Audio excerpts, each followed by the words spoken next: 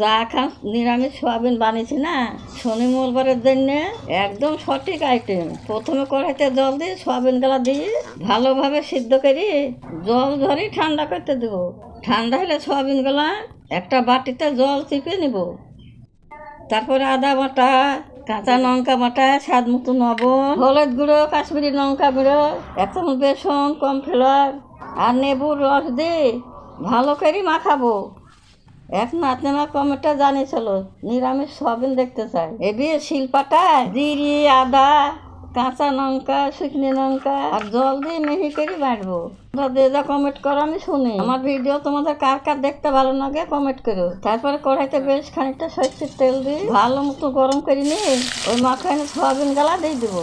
এবার ভালো করে নাড়িয়ে চাড়িয়ে লাল লাল করে ভাজিয়ে তুলে নেবো। এইভাবে নিরামিষ সোয়াবিন ডালটা খেতে খুব সুস্বাদু হয়।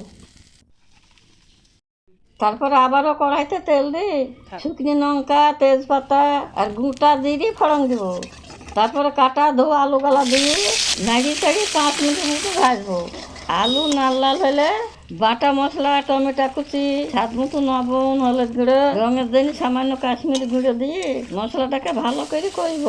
মশলা খেয়ে তেল ছেড়লে ভাজা সোয়াবিনগুলা দিয়ে সব সিদ্ধ ভালো করে একটু কষব। তারপর পরিমাণ মতন জল দিয়ে নাড়িয়ে চাড়িয়ে আরও 5 মিনিট ধরে ফুটে ফুটে রান্না করব। ব্যাস এইভাবে একটু মাখো মাখো হলে গরম মশলা বাটা আর ঘি দিয়ে সুন্দর একটা গন্ধ বাড়ালে নাড়িয়ে চাড়িয়ে নামিয়ে নেব। ভাত কিংবা রুটি দাদি খাবা একদম মুখে নাইগিয়ে থাকা মতন আইটেম।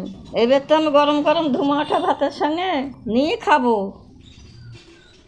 বাবা খাইতে খুব মজা হয়েছে। সবাই ভালো থাকো, টাটা।